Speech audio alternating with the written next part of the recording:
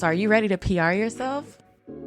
We'll remove the mystery from all things PR, and we'll discuss everything from our top strategies to tips and tricks and everything that you can utilize to further enhance your brand or your message. I've been in media, I'm a journalist, and I'm also a publicist. I am Leah Frazier, CEO of Think3 Media, and your host for PR Yourself with Leah Frazier. Let's go. All right, and welcome back to another episode of PR Yourself with Leah Frazier, the space where entrepreneurs, creators, and go-getters learn how to elevate their message, own their narrative, and build the visibility they deserve. I am your host, Leah Frazier, CEO of Think3 Media, based out of Dallas, Texas, and I'm so happy to be back with this is a continuation episode from the last one. We're still going to be on this AI topic, and the reason why I split the episode up is because it was just that damn good. Okay. And you guys have really, like, the downloads on the last episode is incredible. So it's obvious that you're wanting to tap in, you're wanting to know what to do. So thank you. Thank you so much for your support and for listening. And today we're going to release the full episode with our AI expert, Lynn Ward, where he's going to tell you how to integrate AI with your marketing, with your PR strategy, and all those things. Last episode, we really just talked a little bit about how to come up in those AI searches. What does AI search optimization look like versus SEO? Because Lynn said, honey, SEO is dying. So if you're trying to focus on an SEO strategy, you're already behind. You really need to be learning how to optimize your brand so that it comes up in those ChatGPT searches and Google's Gemini. If you ever notice that nowadays, we're really recategorizing what we traditionally thought were search engines. So before, everything would go through Google, Yahoo, Bing. And now when we need a question answered, we're looking on ChatGPT and OpenAI. We're looking through Google Gemini. I know on my phone, I think I have chat on AI. So AI is what we're using as, that vessel to try to figure out the answers to our questions online. And what you want is your brand or your business as the solution to come up when somebody's asking a question or they're trying to find an answer to their problem. And so that is what Lynn is helping us with, is reframing our marketing and PR strategy so that we're coming up in those AI search results. And particularly for some of you as small business owners and those that have to be at the front of your brand, I know sometimes unwillingly that you have to be in the front and you have to be at the forefront. The key thing that he says is that in order to pop up in those search results, you have to be recognized as an authority. You have to have a brand. You have to have a brand that's established online. You have to be an authority in whatever your subject matter expertise is in order for AI to filter through all the gunk and the slop and pull you out and say, wow, this person has been mentioned several times through various publications for this particular for this subject matter expertise and to answer this question. So Sarah down the street is searching for X, Y, and Z. Because this person is the authority, we're going to send them that person as the solution. And so it really is a reframing of the mind. It's absolutely fascinating. I love talking to Lynn. And now this is the full episode. I was quite overwhelmed. I'm not even going to lie. I needed to chop it up, particularly for myself, because I like to take things in small, digestible bites. And stay tuned to the end because he's going to tell you what you should be doing every day in your AI, whatever AI platform you're using, the question you should be asking every day that's really going to drive the growth of your business. And again, I thought it was genius. So I'm so glad that I linked with Lynn and that he came onto the show. Very, very, very, very, very valuable information. If you're more of a visual person, the visual episode where you're going to see me sighing and possibly looking to the left and the right and rolling my eyes and putting my hand in my head every time he told me there's something else that I had to do, that will be up on the Leah Frazier YouTube channel. So you can watch that. I'll also link it in the show notes. And again, I so appreciate each and every one of you guys' support. And that's about it. So that's our episode for today. But a little PR nugget before we get started. It's been really busy. Things are ramping back up. I cannot believe it's almost March, y'all. I feel like I was just saying Happy New Year, Happy 2026, and now March 1st is tomorrow. But anyways, I've been doing a lot. Like, I used to be outside all the time. Leah was outside. When you looked up the definition of outside, my name was by it. And I was known in town for, man, you're everywhere. And I used to want to make a t-shirt that says, yes, I'm everywhere, but you can follow me and have all my different social media channels on the shirt, because I'm like, if you're going to tell me I'm everywhere, you might as well follow me everywhere. And then I would say probably like 3 or so years ago, when I really was just pretty exhausted from trying to be everywhere, trying to do all of the networking, always trying to be on the scene, be at the top events, showing my support for those in the Dallas community, I really just got extremely burnt out. And I was just exhausted. And then I was also realizing that the things that brought me joy, the little things that I wanted to get to, whether it was something as simple as just reading a new book that I had purchased, and I'm actually looking at one that I'm going to crack open today, or meditating. I love to meditate. I teach meditation. And so my practice and keeping up with that is very important to me. Taking a walk outside, just being with my babies. I call my pets my babies. And I realized that a lot of the stuff for Leah was going by the wayside because I was being there for everybody else and I wasn't being there for myself. And so I took a step back and I began to be more intentional about where I showed up. And I also began to release the fear that if I didn't show up, I wasn't going to miss anything. And I think sometimes with a lot of business owners, we feel like if we're not in the room, we've missed out on something, or we've got to kill ourselves to be everywhere because we're really trying to grow this business. We're trying to find new clients. We're trying to keep stuff in the pipeline. And it's almost to our detriment, to our stress, to our health. And it's just not healthy. It's a toxic way of thinking. And when I became more intentional about the rooms that I showed up with, the people that were going to be there, I realized I didn't want transactional networking because it felt ick. I wanted people that I would genuinely support, that our value systems aligned, but that would genuinely support me. Or if it were newer relationships, just getting to know somebody. It's like dating. I want to get to know you before I bring you in my circle, and vice versa. You should be getting to know me before you bring me in your circle as well. And so taking that approach, it has made networking so much more enjoyable, because when I show up now, I'm excited. It doesn't feel icky because I've been to 3 or 4 other networking events that week and maybe collected all these business cards. And I know these people aren't going to reach out to me and I'm not going to reach out to them. And so just being intentional and stepping back, and then also believing that whatever room I show up in, and when I do decide to go, that's the right decision. And the ones that I don't have FOMO because I wasn't supposed to be there. I was supposed to be getting my rest. I was supposed to be with my babies. I was supposed to be reading that book. And so releasing that attachment has been like the most beautiful thing for me. And I don't know why I'm on this tangent. So if networking is on the top of your list, or getting yourself out there, especially as we go into this episode and we talk about how you have to put yourself out there as the authority and owning your authority in your industry, you're going to have to go out and you're going to have to meet some people, and you're going to have to, like we used to say in church, you're going to have to tell the good news on what you out here doing and who you're doing it for. Okay. And so A couple of nights ago, there was a networking event in Dallas by a community leader. His name is Christopher Plumley. And I have said it to so many people, probably over the last 5 years, that he is one of the absolute best networkers, one of the absolute best in gathering the best of the best in the community in one room.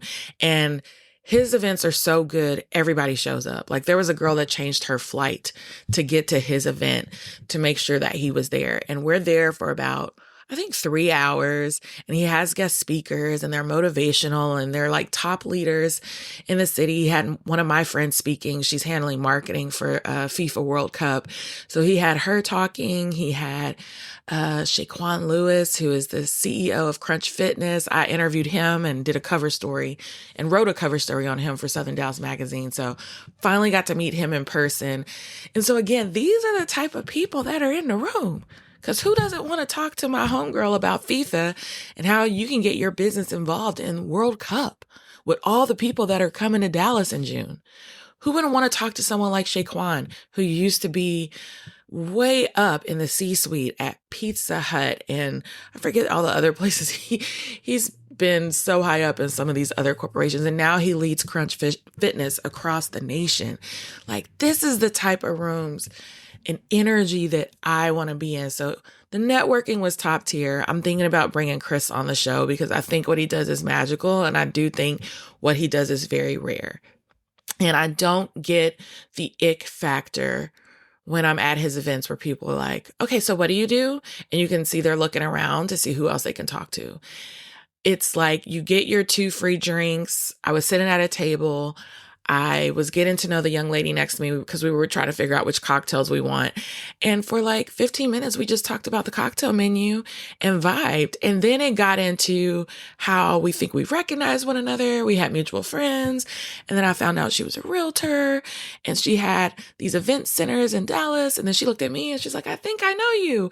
And it was just so cool. I felt like I had gained another friend or, another sister. And so those are the type of rooms I want to be in. So I want to encourage you to try to find some networking groups in your area, but the ones that feel or have the energy that I just said, not the ones that are super transactional where you feel like somebody's trying to get something out of you or you don't feel like you're being heard. You don't want to waste your time showing up in spaces like that. So left that event feeling really, really good. Woke up the next morning. There was a fundraiser for a school here in Dallas called St. Philip's.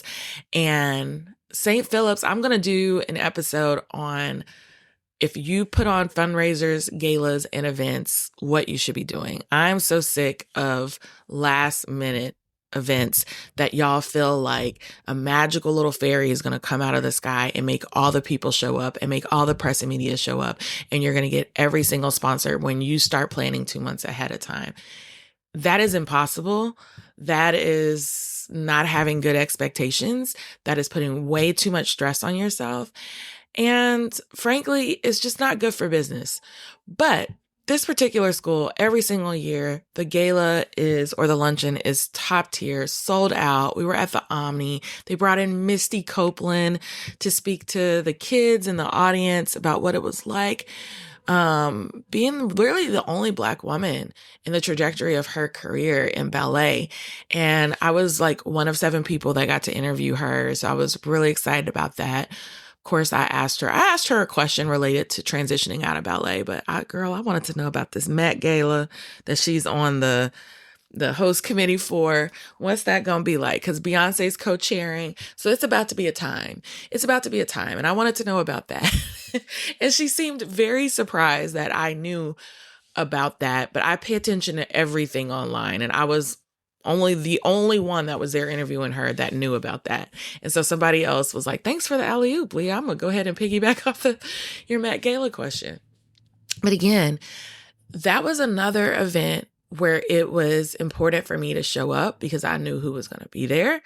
I support the cause, our values align. So knowing that if my values align with this organization, there's going to be so many other people there who have similar values. And it was a time. And so that's my only thing this week. Just think about where can you show up, and you can do so intentionally. but with other people whose values align with yours. And if you walk in and it doesn't make you feel good or you don't feel like you're being heard, just try another space. Try again. It doesn't have to be the big events that I'm talking about. It could be smaller, intimate masterminds. It could be smaller, intimate groups. But really start putting yourself out there again. Talk to people about what you're doing, but in the same vein, be willing to listen to what they have doing. Because there could be a way to collab. There could be somebody that they need to send your way. Like there was 2 girls where, one had a puppy store. She had many puppy stores in Dallas. There's nothing I want to do professionally with that, but on a personal level, I told her I will come volunteer like several hours at your store because I love animals just to pet puppies and cuddle puppies. And she says, absolutely. Just call me, let me know. I'm going to put you on the schedule. So that's the type of stuff I'm talking about. It doesn't always mean you have to get money out of the person. You know what I mean? So that's that. Let's go ahead and transition into this episode. After you go out and you're networking and you're spreading the good news about yourself, you're going to then take the conversation online where you can establish yourself as the brand or authority figure in your subject matter expertise. Lynn Ward, this full episode is going to talk about how we can do that within AI. What type of content do we need to be creating to come up in these AI search results? What does this look like? What's the future of AI? We're talking about it all. And what is the one question you need to be asking your AI agent and or agents every day before you log off that will truly help to grow and scale your business? Lynn Ward is going to let us know. Before we get into the episode, for those of you that didn't listen to the last one, I encourage you to go back and take a listen to that short episode with Lynn Ward. Otherwise, you can listen to this full one. But Lynn is a master expert, okay? He's a former Wall Street VP. He was on the institutional equity trading desk, and he transitioned from the high-stakes world of finance to become a digital marketing expert, and he now leads the AI revolution as managing partner of Comexis, an AI consulting and product developing firm. With a rare blend of financial insight, entrepreneurial experience, and AI expertise, Lynn brings practical, forward-thinking guidance to today's business leaders, you and me. He's a sought-after voice for business leaders ready to understand how AI is changing marketing, operations, and growth, and what it takes to stay ahead. If this sounds like something that you need, you know what you're going to do. You're going to go grab a pen, grab a paper. You're going to be present. You're going to listen. You're going to press pause when we say something good and write it down. Press play again to get the rest of the episode. But you know what you're going to do. You're going to sit your butt right there. You're going to keep it locked in. And once we come back from after the break, it is going to be the almighty AI expert, Lynn Ward. Remember sitting in your office dreaming of creating a home that's truly a sanctuary, where every sunrise held promise and every sunset brought peace? As life evolves, imagine waking up in a luxury tiny home among towering pine trees with a peaceful pond and open meadows, just minutes from the city that built your success. At Tiny Renaissance Homes, accomplished professionals rediscover what truly matters. Live happy, live healthy, live tiny. Experience glamping retreats, wellness activities, and smart investment opportunities. Your renaissance awaits. Visit tinyrenaissancehomes.com for more information. When you're the bottleneck in every major decision, growth isn't just about working harder. It's about working smarter. Since 2002, Integrality has helped entrepreneurs improve their operations through consulting, accelerator programs, and AI-driven platforms like Capixi. Our expert team delivers strategic solutions that drive profitable growth and reclaim valuable time. Ready to build a business that runs without you? Visit integralityllc.com and start your evolution today.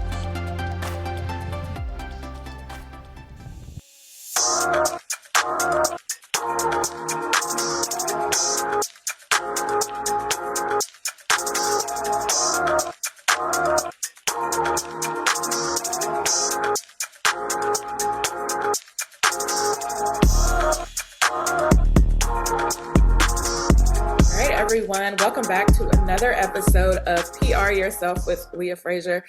I am so excited to have an expert on here because you guys do not want me talking to you about AI. I will lead you to the path to nowhere. So I decided to bring on an expert in not only just digital marketing, but what we're seeing in the AI universe, Lynn Ward, and he is the managing partner at Comexis. Lynn, thank you so much for making time for us today. Thanks for having me on the show today, Leah. So, first off, before we even get into this AI, as they heard your bio, I'm pretty sure they were like me, where it's like, why does one in Wall Street, which is like the pinnacle of all careers, we Mhm. think, would leave that career and then now you're in the crazy hellhole of marketing and digital marketing and AI? Yeah. If you were to tell me that 20 something years ago, I would have said you're crazy. That I would have got involved in advertising and marketing, but here I am. So what was it that drew you to the field? Like why did you decide to make that switch and that leap? So I was part of, and a lot of people go through it, I was part of like a corporate shakeup 20 some odd years ago. Our bank merged with another bank, and obviously, divisions get cut. I had the opportunity to maybe go back into another bank. But I just always had that entrepreneurial bug. And I was like, you know what? I have a couple months, because they were kind of still paying you and so forth. So, I was like, let me take a couple months to kind of figure out what I'm doing.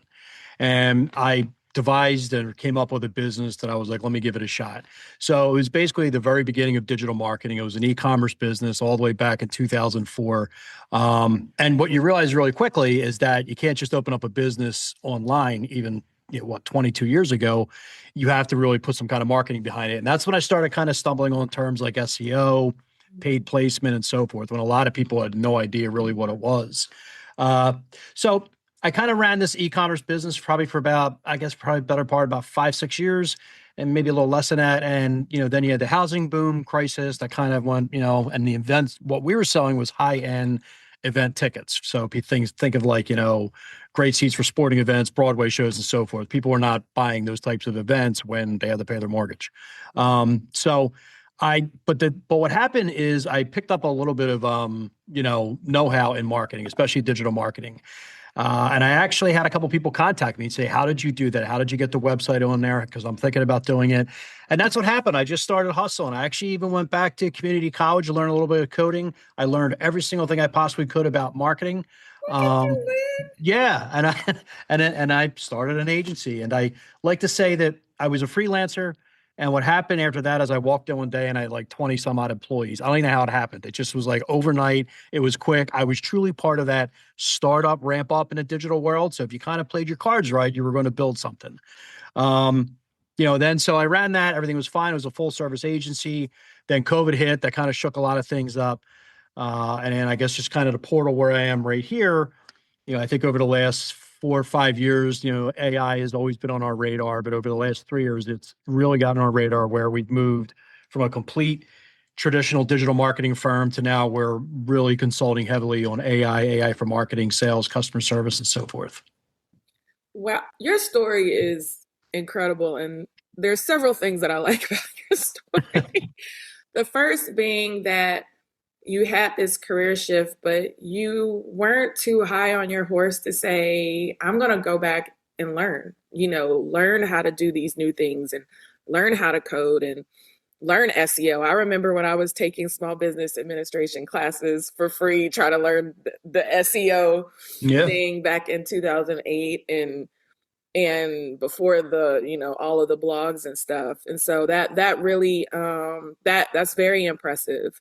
I think Thank you. there's a lot of people who are going to listen who may have multiple business ventures, or maybe there's other avenues they want to get into and somebody has told them that it's too late. And no, listen to Lynn, go back. It's okay Yeah. to learn and try something new. It's never So too late until they close the casket on you. It's never too late. So you keep going as long as you can and as hard as you can. that's right, Lynn. And then the second thing that I liked, I always feel like when something is for you, the resources are there. It's almost like they're just waiting for it's like a magnet. It's waiting for you to align with it. So here you are, and then you end up getting 20 contractors, and you're just like, oh. okay, I guess this is a thing, and we're going with it. So that Yeah. is really, really awesome. Yeah. That's how it was pretty much. So tell me, what do you like most about what you do? Because this industry constantly changes and shifts. Mhm. You got to stay on top of things. Sometimes it's a huge headache. What keeps you in it?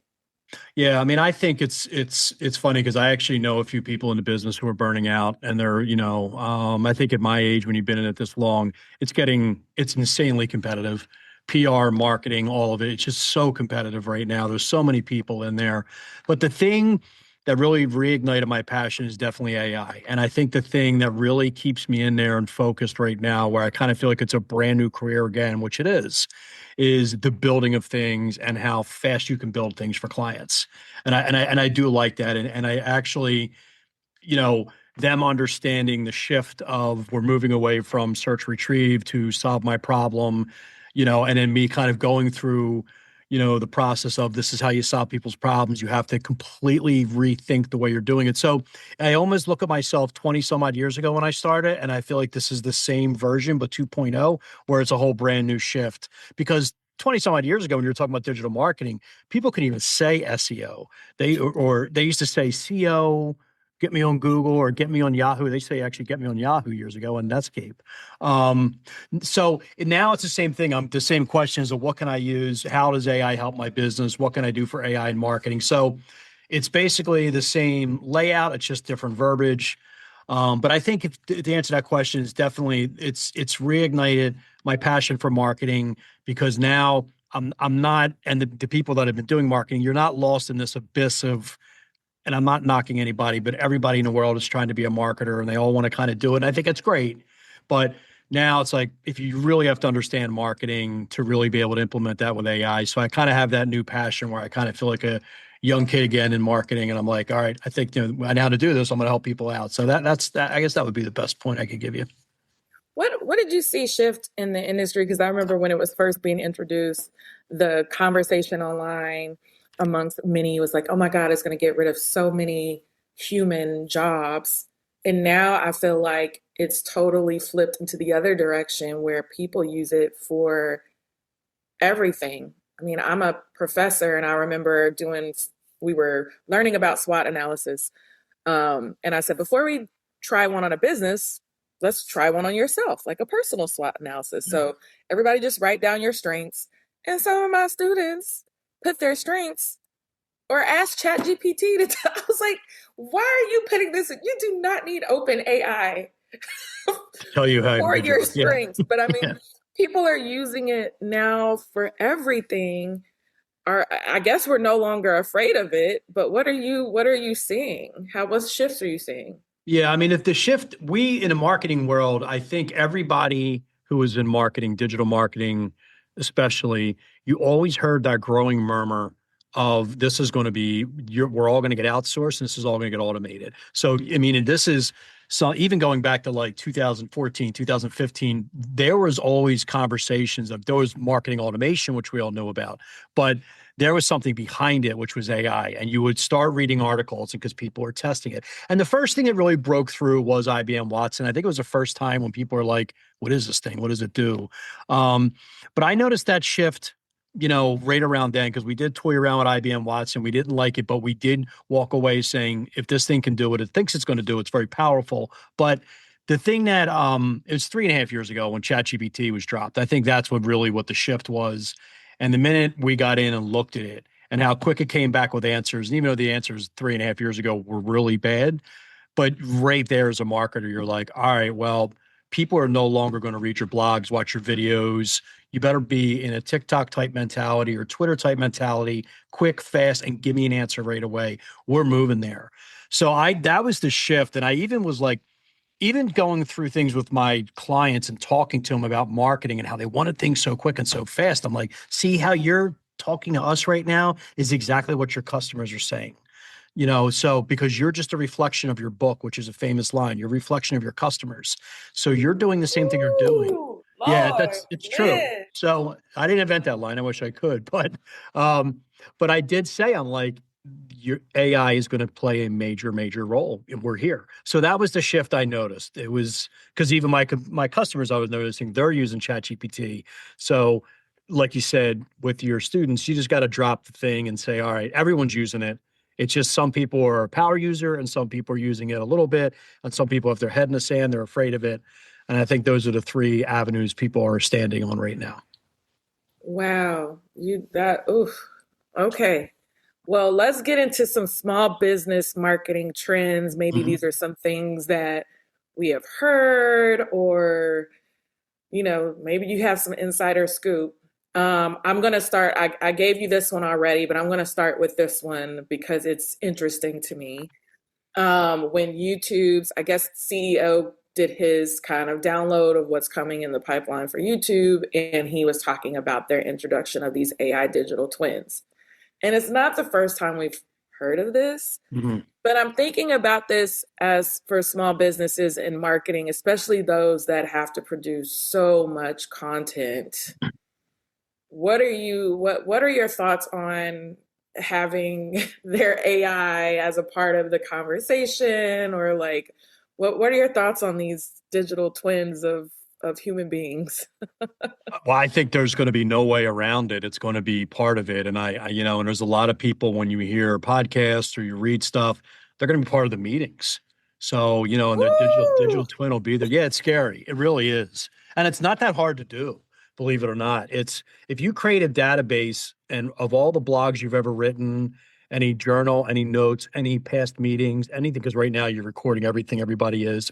If you were to upload that into like a chat GPT and make a custom GPT, you realize quickly that it's almost replicating and mimicking every single thing that you're asking it to do, or to kind of, it's almost like yourself. So I do think that is going to be maybe not 2026, but 2027. Digital twins are going to be here. They're already here now. There's a couple companies. I think there's a company called Delphi. You can actually go to them and you can actually have interactions with it. Like you and I are having this conversation right now, it's so good, you would think that we're having a regular conversation. So for consultants, teachers, maybe people that have to be in five spots at the same time, I think it's going to be something that's real and it's going to be a product you can leverage, but it's coming. There's no question that's going to be here. So you will have your digital twin. And Ah, it goes on that crazy thing I read about how some people are saying, because they're struggling with it, where your digital twin will live on long after you, and how do family members feel about that? Somebody famous just signed off on that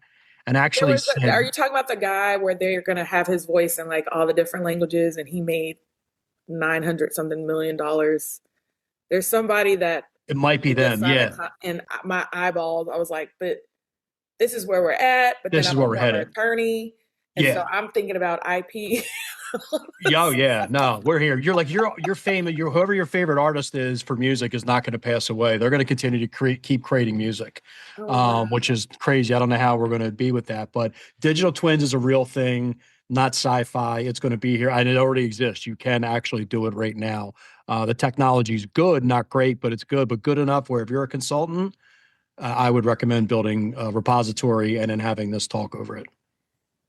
Yeah, I had a friend of mine, she's a historian, and she posted on maybe Facebook, and it was just amongst friends, just like, hey, there's this person talking to folks about like history in Dallas, and I can't tell if they're real, and she never blinks. So, Mhm. but she was like, but her engagement and her following is like huge, and I'm just concerned, is it accurate data, da da da da. And it just sparked this huge conversation, and even some people getting upset with her, just kind of like, well, if it is what it is, like this is where we're at. But I mean, this is in alignment with what you're saying, that people are already using it. Oh, yeah. I mean, and the It's biggest all impact it's up. having right now is influencer marketing. You don't realize some of the influencers you're talking to, they're not real. They're avatars. And some people are following some of these things. Pay attention to their lips, pay attention to how they're talking. So even like some of the famous influencers, they're the ones using it even the most. And they're kind of creating tons of content, and it's really not even them. But that's the first place it's really going to hit. And I thought I read somewhere digital influencers, which are exactly what you're talking about, the clones, will most likely be the most important influencers by the year 2028 because of how much constant content they're rolling out. So yeah, that it's here, and it does kind of, you start thinking about business and everything else. It's like, okay, what's real, what's not real. That's why I'm a big believer of, I think we got to start watermarking AI stuff. We really do. There's got to be some sort of thumbprint. You can't let this thing run around and nobody knows what's going on, because you got to think about the senior citizens and maybe people, who are not really adapt to AI, or they kind of didn't want to do it. That's concerning. You can't have that happen to them. So that's why for me, I'm like, we have to somehow, some way all come together and say, we got to put a thumbprint on this and say, AI generated, human, Oh approved, yeah. or something like that. And we're not there yet. And I don't know when we'll get there. The journalists aren't having it. Yeah. Every single journalist request that I get says no AI, period. And Mm-hmm. they run it through software to see if anything that was sent in the answer or whatever they're going to run online, it was AI generated. If it is, they they write you off. And even in some of the portals that we submit these answers to, if you get too many dings that you use AI, they will disband you know, your login or your subscription. So it's, Yeah. people are trying to regulate it, I think, and put some parameters around it. But woo, I mean, but to your point, it's here to stay. So we got to learn to coexist and make it work for our benefit and our good. So Yep. you may know some other trends down the pipeline that we'll be able to use as small business owners and as trying to market our products or services. So what else are we seeing? So for products, I mean, well, the first thing, and this is kind of one of the things I stand on. It's one of my pillars of content is, if you're a marketer, if you're a small business owner, you have to read the room and understand that, again, I come back to search and retrieve is dying.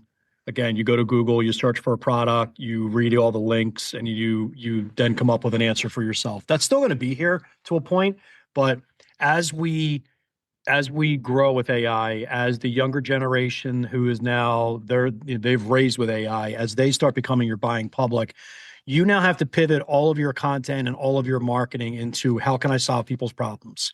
And you have to identify the problems that your business solves, and then you have to put that pen to paper. You have to then create video on that, podcast, whatever it may be, and really come from an angle of, this is the problem we solve and this is why we do it. Because that's exactly what AI does. It literally solves your problem. It says, what do you have? I'm going to go through every single piece of information I have, and I'm going to come back to you with what I think is about a 99.9% accurate solution to your problem. So that's a huge fundamental shift in marketing, because forever we were always creating like images, and you're creating videos, and you create like great white papers and great slogans. And I think there's all a place for that, but not in the solve my problem world. The solve my problem world is going to be, really calling out the problem right away. And then what do you have underneath to do it? Solve your problem is going to come in various different fashions. It's an AI chatbot on your website. It's going to be maybe somebody interacting with ChatGPT, and you can create a ChatGPT plugin, which I can talk about in a minute, and a myriad of different things. But that's the type of things you want to start thinking about. So if you are a business owner, the best piece of advice I can give you is, you have got to start allocating some of your resources to understanding how AI works within customer service, sales, and marketing, because that's where it's going to impact you first. So that's kind of it there. But I can start touching on a couple of products and things like that I'm looking at. Or Yeah, let's go. I'm like a sponge right now. okay. All right. So one of the things I think is very interesting, that's really under the radar right now, is ChatGPT's apps. Now, I'm going to just talk about ChatGPT just for conversations reasons. However, I am a big fan of Claude, which is great for coding. I am a huge fan of Google's Gemini. I actually think Google's Gemini is probably the best product out there, but I think their adaption's a little slow, contrary to what everybody telling you how it's doing great. I think it's doing okay. Oh, Uh, you're like probably the fourth or fifth person in a matter of 2 weeks that I've heard say the exact same thing about Okay, Gemini. yeah. So, and I think once they figure it out, Google's going to be Google. But I do give this forecast to people with Google. People think Google are going to figure it out because there's an endless supply of cash because of their marketing. However, 85 to 90%, 85% of the revenue does come from marketing. As more people shift their ad dollars away from Google and look for other places to put it in, that endless reserve of cash is going to start drying up. I know there's a long way to go on that, but it is critical that they get this branding down right and get more people into it. So ChatGPT, we'll go back to that. ChatGPT's goal is to make them the operating system of your life. They literally would like you to work only within ChatGPT. They are in the process of creating products that you're going to walk around with. They have long said that their goal is to get rid of the phone, and that there's going to be another product you're going to be with. So strange to think about, but if you were to tell somebody, here's a cell phone in 1992, they would have laughed at you and said, what is that thing? But they have a very interesting product that's really under the radar, and I always wondered why. And it's the apps. So if you go in ChatGPT and hit the plus sign, you'll notice everything drops down below, and you're going to notice there's a bunch of apps: Target, Expedia, bunch of them. You can now interact with these companies all within ChatGPT. You can buy on ChatGPT. You can build out your shopping list. You can build out your vacation. You can check it right now. And Yeah, it's that's what I'm doing. yeah, what's amazing is it's how you build it is you create a custom GPT with all your company's information and everything you do. Then you can portal in things like Shopify and things like that. But the goal of ChatGPT is, all right, you're going to make this your operating system. No matter what you need, you're just going to work within ChatGPT. You're going to put your Target order in. You're going to book your vacation. You're going to maybe do accounting things or legal things, or maybe talk about your business agenda. And you're going to just use various different apps. So what I'm trying to tell people is this: it's not that your website is going to die or go away. I think your website is going to be your repository of all of your information. It's just not going to be the first place people interact with you anymore. They're going to interact with these apps. So these apps are pretty affordable to make. You can do it on your own, although I would recommend having a company help you make it. It's something we do. And prepare for this and test it and train it. Now, I do think ChatGPT is going to find a way to start charging for this, to say, hey, if you want to work with Leah's app, she's going to pay us $5 for every person that clicks and starts interacting with it, and then how much time they're spending on it. They'll monetize that and figure it out. But you're beginning to see an entire shift where, if you think about that, that's one of the very first times you live in an ecosystem. So where ChatGPT is kind of like creating something where you would think well, I'm just on my iPhone. That's true. But the way they're doing it is very, very differently. It's becoming the hub of your life for everything you're doing. So without getting too in the weeds, that's something I think business owners need to really, really be aware of, where in 2026, somebody from your team is going to walk up to you and say, we need to create a ChatGPT app. And I think Google's going to do the same thing. I think Claude to a certain point. So keep that in mind. You want to keep your mind open to things you're going to need to create. And the beauty of this is what I'll say here: I don't think this is going to cost as much as building a website or things we had in the past. Things are going to be much more affordable. Oh, wow. Wow, that is, yeah, now I've got to go back and play around. Yeah, it's cool. Look at it. You're going to like it. You're going to like it. It has everything in there. It's really is interesting. And it's only the version 1. They had apps a while ago and they took them away, but this is very different on how they're doing it. It really is amazing. I have a question while we're on this whole chat GPT thing, and then Mhm. you knowing so much about SEO. Because what are they calling it now? Like AIEO or something like Yeah, that? yeah. Where, GDO, AEO, all that. Yeah. yeah, whereas before we were so focused on, short and long keywords, but now they're Mhm. telling us to shift to what would somebody be actually saying and putting in chat gpt, which would be this longer question, like how do Mhm. I, like yesterday I was in there typing in, how do I do a road trip from here to here for a 20-year-old, Yeah. Mhm. what are you seeing in terms of that, where people maybe need to shift their mindset even when it does come to these keywords and SEO and being found? So I've done SEO since 2005, right around there. I'd like to call myself one of the old school guys of doing it for years. I built my career on it. I built my agency on it. It's what's got me in the front door of any company that does reach out to me because they want to talk about SEO. And I'm the very first to say SEO is going to die. It's everyone's like, oh, everyone's been forecasting it, and I come back and say, I keep coming back saying we're here, we're in a solve my problem world, and SEO is search engine optimization. People are no longer going to be searching, they're going to be asking a question, and that question is going to be they want an answer right away.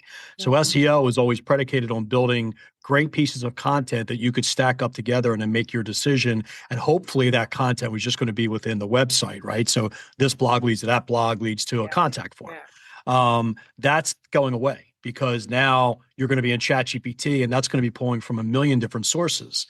So a lot of people are saying, "Hey, yeah, right. So how do I rank on there, and how do I?" It's not about ranking; it's about having your brand cited, and Yeah. that's the number one thing you want to pay attention to. Build that brand right now. So the old school brand marketing is here. Have a presence on podcast. Have a presence on social media, like a real presence. Do these, interactive videos. Do the live videos, which is a huge growing trend right now. You have to create all of this type of content where you are trying to solve people's problems. You are giving them advice and trying to help them. And don't think of the old school ways of this is what I have to do for SEO to try to get on Google and still be in search. Look, I think we have 2 feet here. You have 1 foot that's in the boat, 1 foot that's on, we'll call it the deck or the dock, and the boat is AI taking off, getting ready to go to another place. And the dock, you still have to keep your foot on there to maintain your composure, right? So you still have to keep both there, but the weight's now shifting over to the boat a little more, if it makes sense. So it's Yeah. okay to lift your foot up a little bit and say, I'm going to put a little bit more money in building my brand right now. We're going to look for the right sponsorship opportunities. And I tell people all the time, get on podcast, start sponsoring things locally. Stop worrying about lead generation and what are all my leads coming in the front door, because overnight, this is going to shift to where all my leads have dried up. My lead generation, I don't know what to do anymore. Well, because you didn't put any money towards building a brand. And that's Mm. the biggest problem. Companies, like, go look at law firms and so forth, and we have them as clients. They spend so much money on lead gen, which I get, but they don't put any money behind building the brand. That's where public relations gets involved. Public relations is going to be one of the most important angles in business in the next 2, 3 years. Yeah, you're in a Say great it spot. again, Lynn. Yeah, you're coming to the Say golden era. it again. You We're really coming are. in hot. Yeah, you really are. And I tell people, like, it's mandatory you have the right PR firm working with you and kind of getting that stuff out there. So I think when people are thinking about SEO and so forth, I think you still have to invest in it, but I think you have to start building that brand up. So really start allocating your money in places that build the brand up.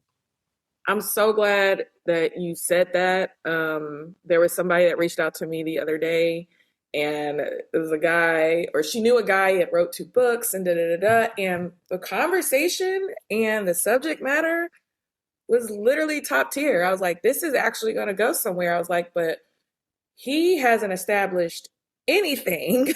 Mhm. And I said, until he works on building his brand, you can have the best book in the world. And I've seen, authors who have written several books making this same mistake.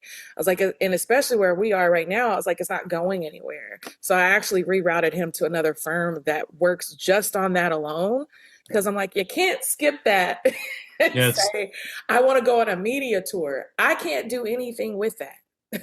Yeah. Nobody knows who you are. Yeah, I So can't. yeah, that's a I problem. can't do anything with that. Yeah. And I'm so glad you said those things. So now that it's just out there, because it's. I mean, PR. Where sometimes we wonder if we're useful. No, I work with a great PR firm, and I mean, I see the value. And when certain companies don't, larger companies that deal with fires and stuff like that, who don't have a PR firm, I don't get it. You I can't don't. have I don't your either. marketer's not putting the fire out. You need your PR person to come in and help this out.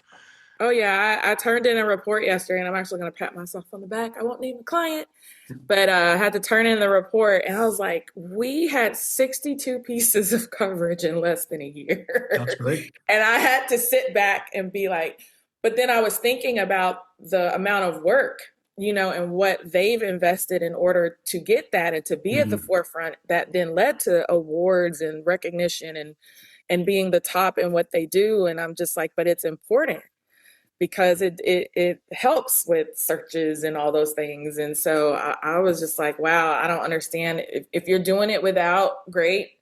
But it's definitely necessary. Well, yeah, and to capitalize on what you're saying, it's because that is where the LLMs, large language models, ChatGPT, Gemini, Grok, and Claude, that's where they're crawling. That's what they're looking for.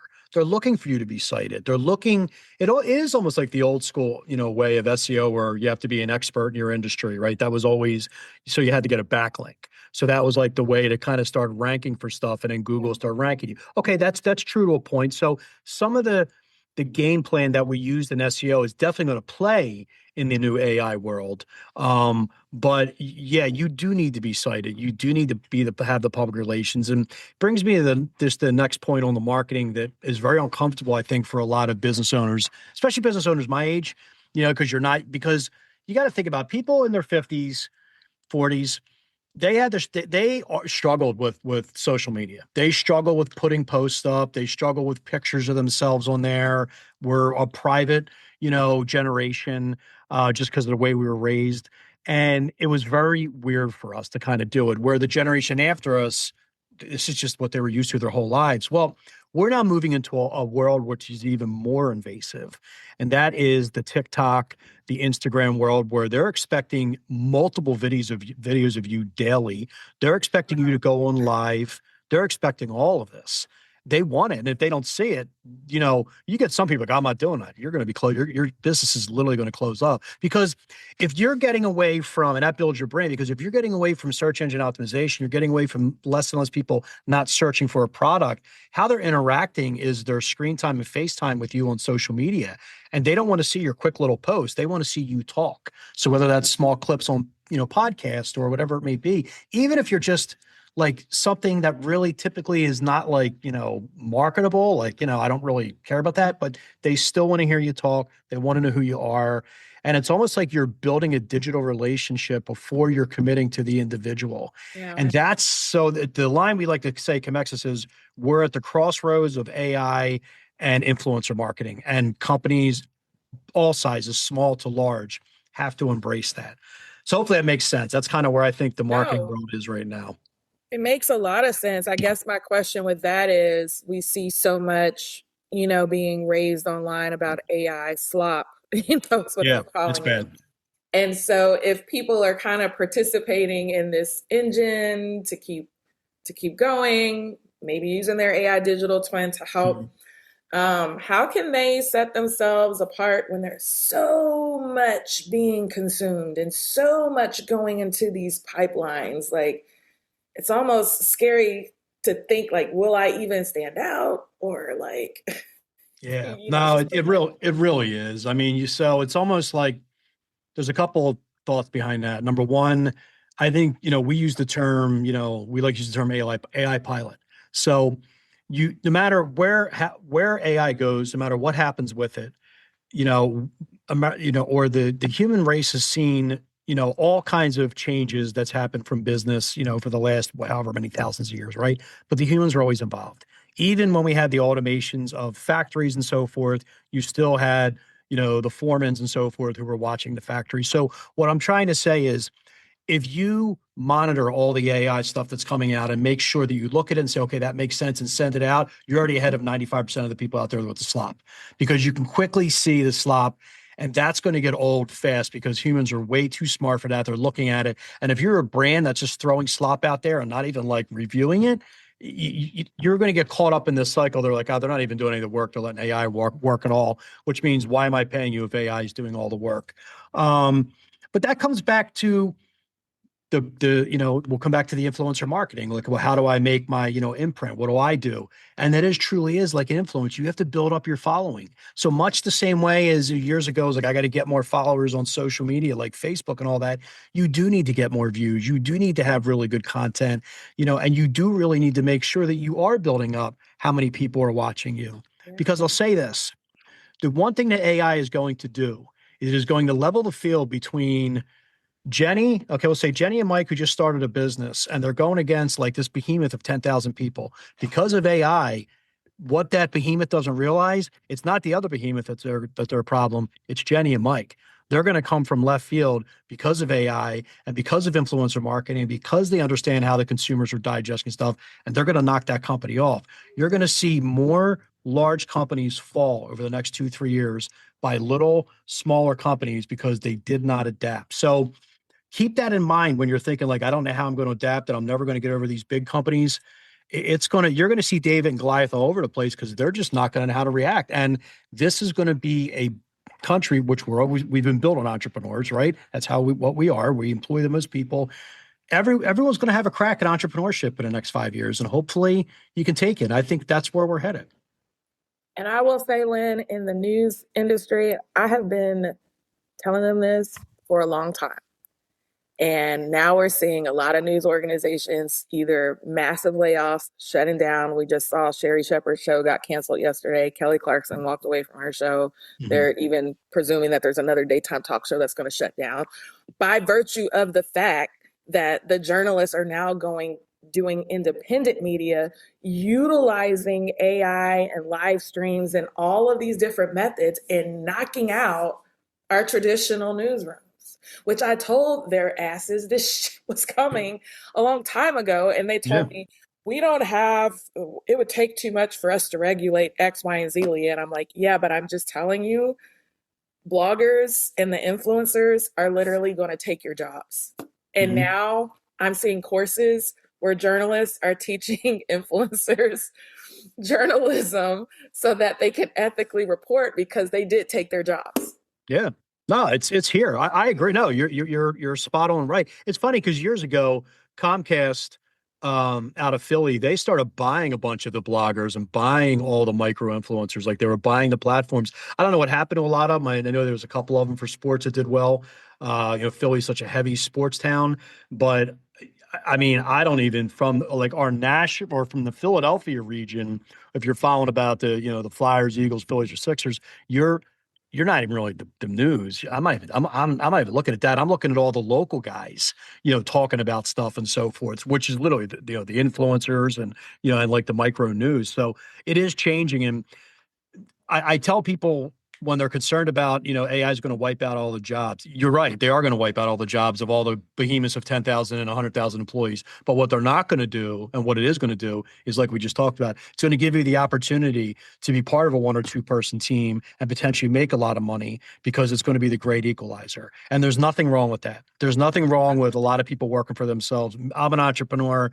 You obviously work for yourself. There's nothing wrong with it. And if you have that opportunity to have that work-life balance, to maybe spend more time with your friends and family, why not? So as bad as they're making AI out to be, there's a lot of people like me are in a camp looking over the hill and saying, yeah, but there's a lot of good that could come of it. You keep saying it's bad because maybe a lot of people aren't going to be working for that big company anymore, but I don't see what's bad about making the same amount of money or a little less money, but now I have complete, I have freedom of time. I have freedom to do what I want to do, and I'm still providing for my clients.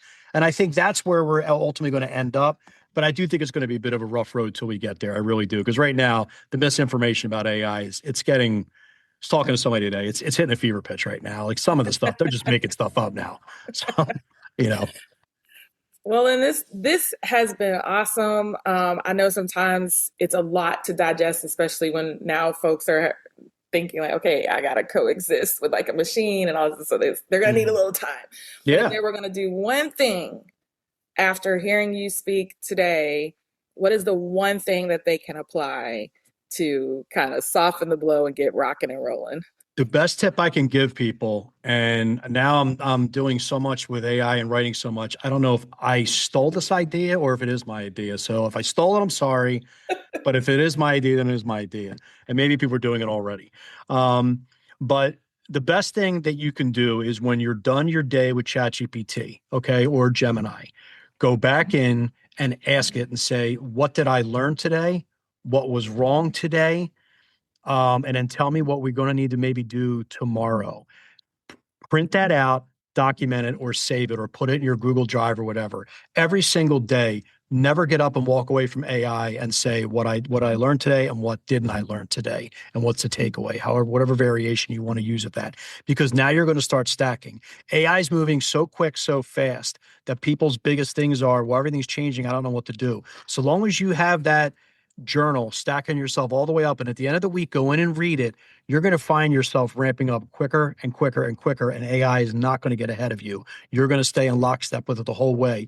But you have to ask it, what we do right, what we do wrong, and what do I have to do tomorrow?